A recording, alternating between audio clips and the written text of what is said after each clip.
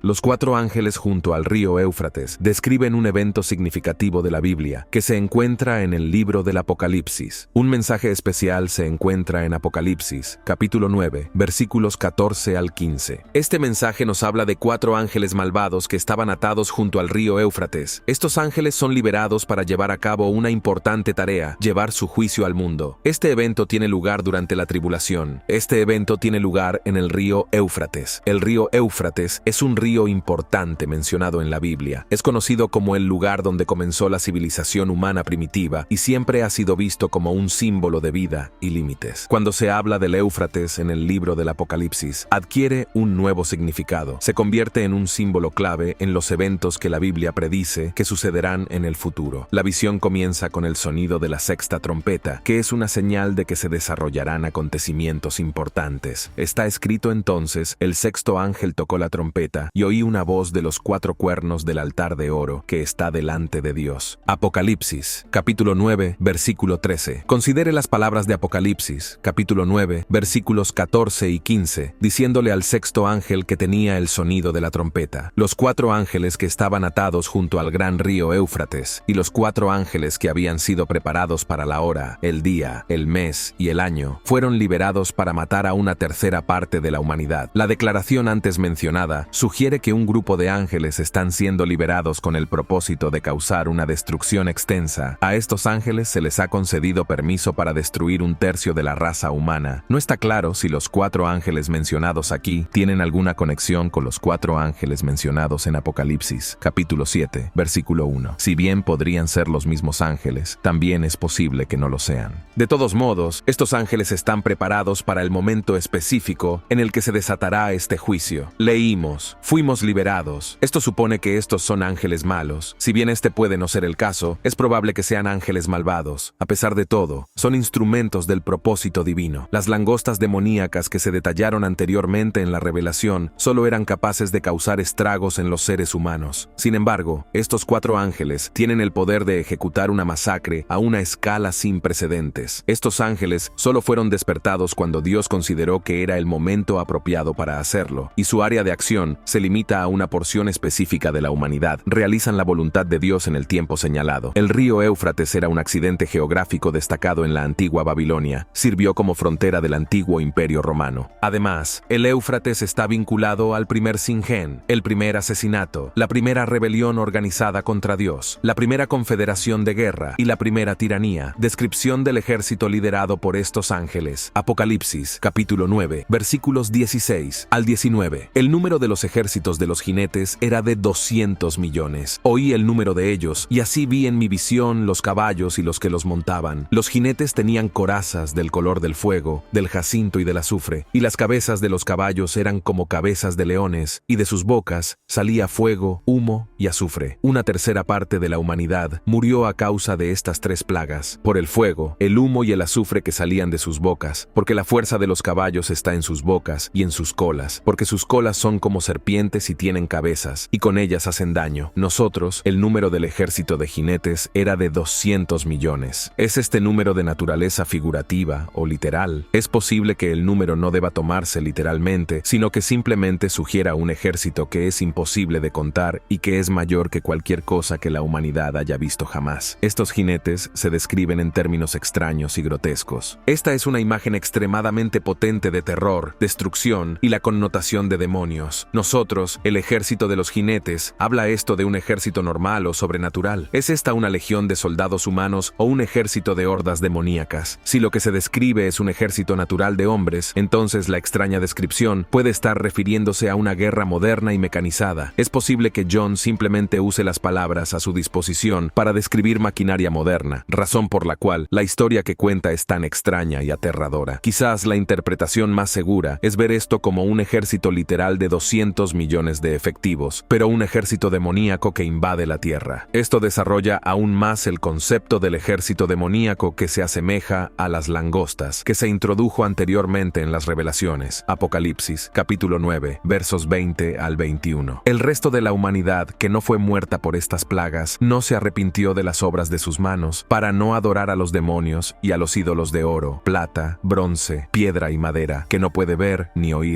y no se arrepintieron de sus asesinatos, ni de sus hechicerías, ni de su fornicación, ni de sus robos. Leemos: pero el resto de la humanidad que no fue muerta por estas plagas no se arrepintió a pesar de la aparición de algunas señales y milagros bastante abrumadores. La mayoría de la humanidad no demostró ninguna evidencia de remordimiento. En cambio, el hombre persistió en la adoración de sus ídolos de una manera más o menos habitual. No dejaron de adorar a los demonios, ya sea que su adoración sea voluntaria o involuntaria. Es increíble observar con qué rapidez las cosas pueden volver a lo que se considera normal después de un desastre como un terremoto. Tenemos una tendencia a olvidar las lecciones de Dios, especialmente aquellas que se nos presentan en forma de juicio. Nosotros y ellos no nos arrepentimos de sus asesinatos, de sus hechicerías, de su inmoralidad, ni de sus robos. Esta letanía de pecados es un poderoso alegato contra la época en la que vivimos actualmente. Son ciertamente algunas de las características definitorias de nuestra civilización contemporánea. La conexión con los demonios proviene de la interpretación de que estos ángeles podrían ser ángeles caídos o seres demoníacos debido a su misión destructiva. Los demonios se muestran como espíritus malignos. Suelen estar vinculados con el culto a dioses falsos e ídolos. En el Nuevo Testamento está claro que los demonios saben quién es Jesús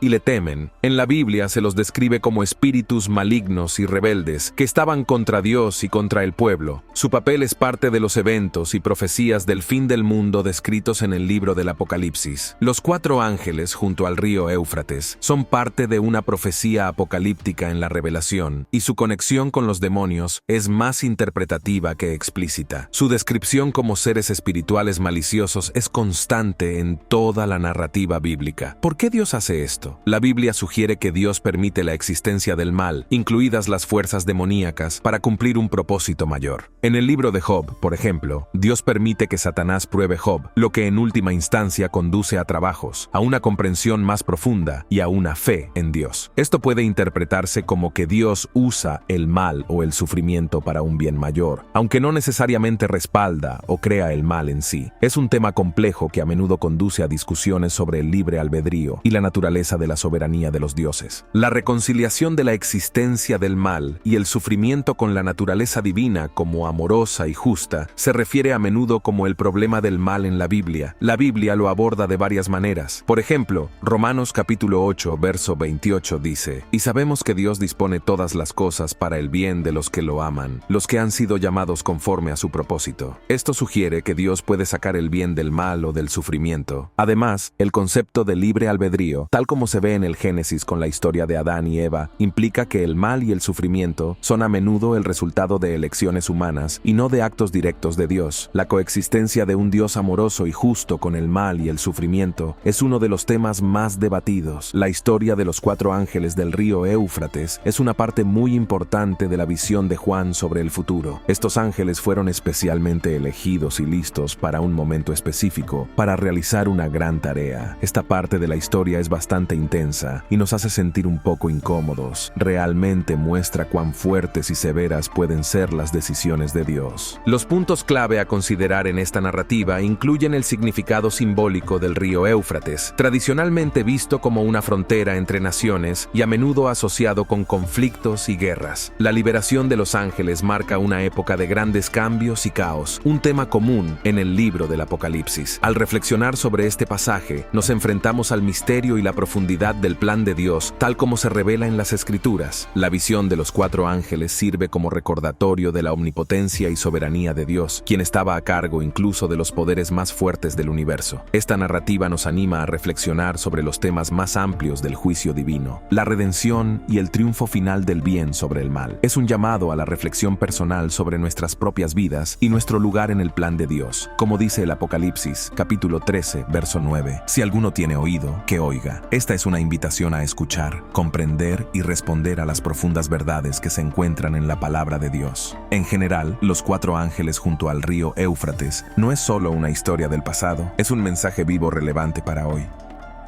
Esto nos invita a seguir aprendiendo y a estudiar la Biblia detenidamente para poder comprenderla mejor. Al hacer esto, podemos aprender más sobre las enseñanzas de Dios y encontrar ayuda para nuestra vida diaria. Estemos abiertos a aprender más y fortalecer nuestra fe. ¿Qué opinas de todo lo que acabamos de ver? Cuéntanos en los comentarios, dale me gusta al video y no olvides suscribirte. Nosotros somos Lo Nunca Contado.